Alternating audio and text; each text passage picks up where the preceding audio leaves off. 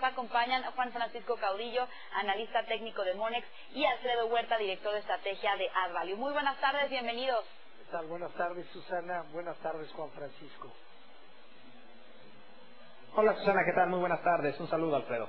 Pues Juan Francisco, el Reino Unido continúa con su proceso político interno para poder obtener por parte de la Unión Europea una extensión hacia la fecha límite del Brexit que vence el próximo 29 de marzo. Considerando la cercanía de este evento y bajo tu perspectiva técnica, ¿hasta dónde crees que podría llegar la depreciación o apreciación de la libra frente al dólar?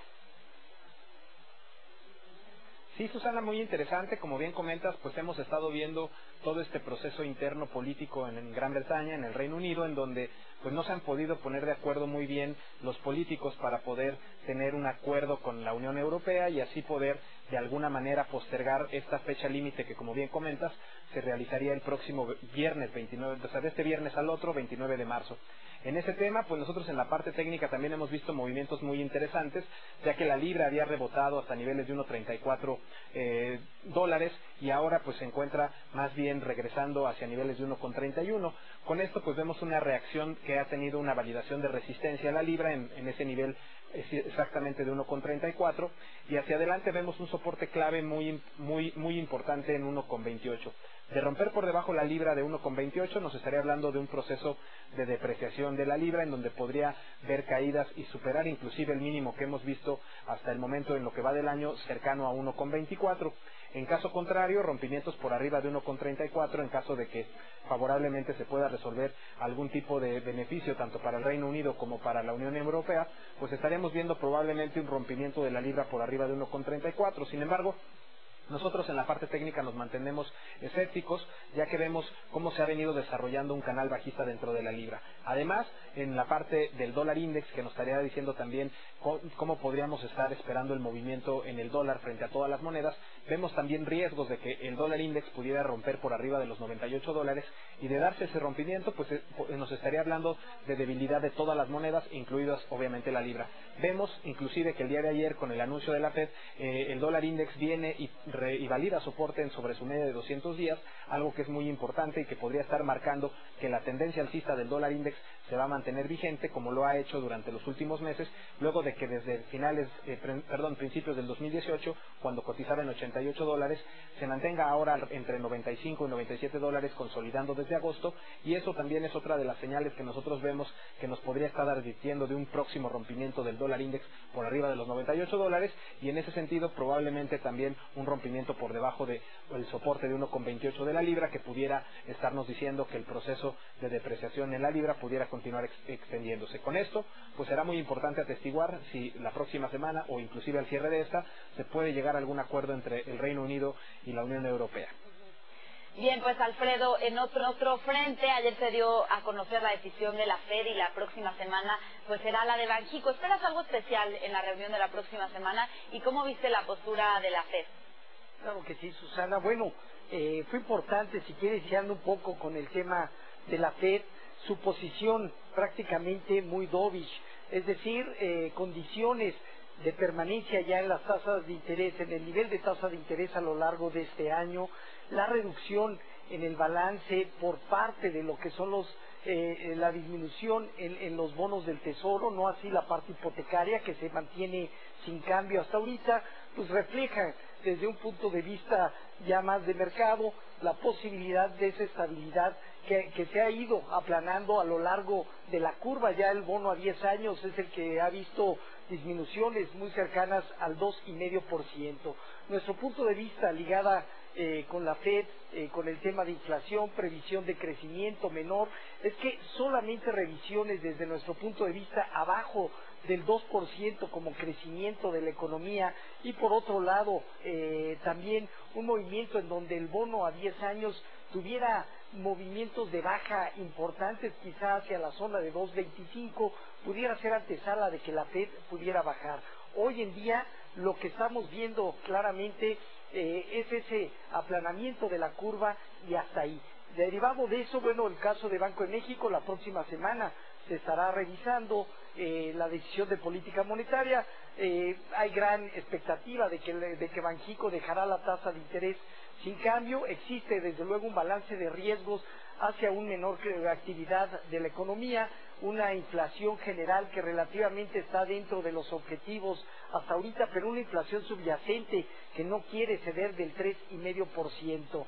Así pensaríamos en ese sentido que las condiciones, y como ya se comentó previamente, de una expectativa en el segundo semestre donde existe el riesgo de las revisiones hacia Pemex, hacia la nota soberana de México, en caso de que la actividad económica no empiece a generar alguna condición más positiva, pues seguramente limitará a que Banco de México pueda ajustar la tasa.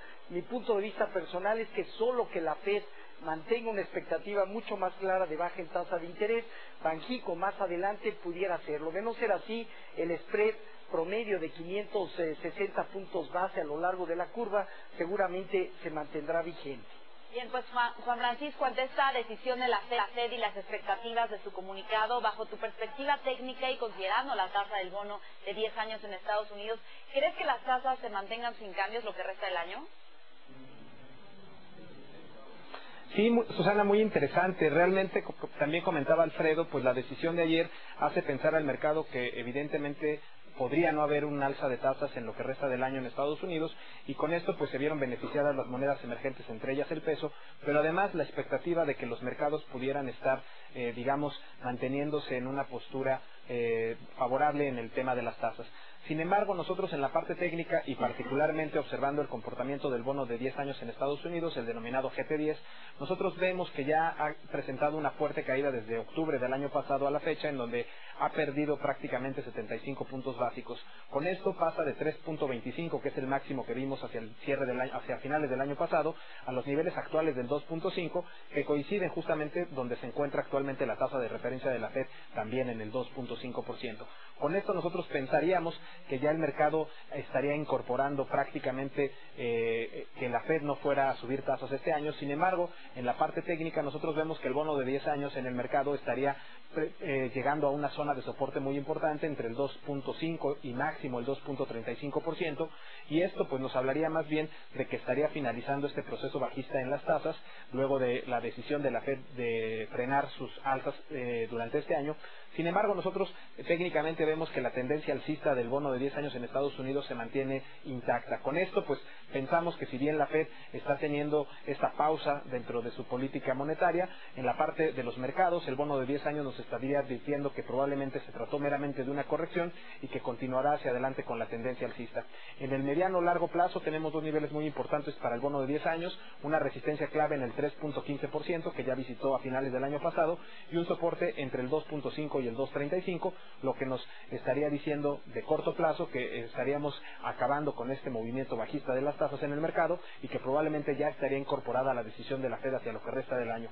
Con esto pensaríamos que más que estar pensando en que las tasas se van a quedar intactas, nosotros veríamos que nuevamente podría retomar la direccionalidad alcista a las tasas, y esto podría muy bien sorprender al mercado.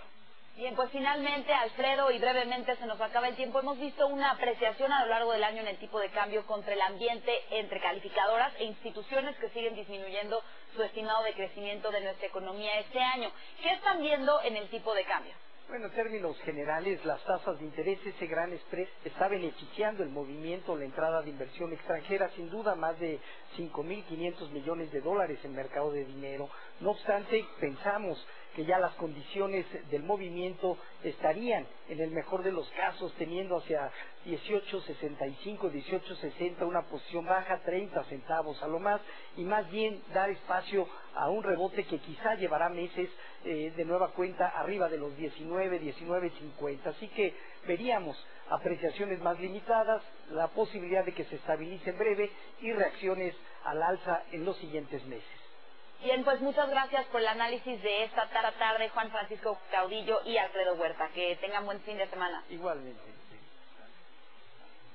Gracias, Susana. Igualmente, un saludo. Gracias. Y bueno, posterior a la decisión de política monetaria de la Reserva Federal, se reflejaron movimientos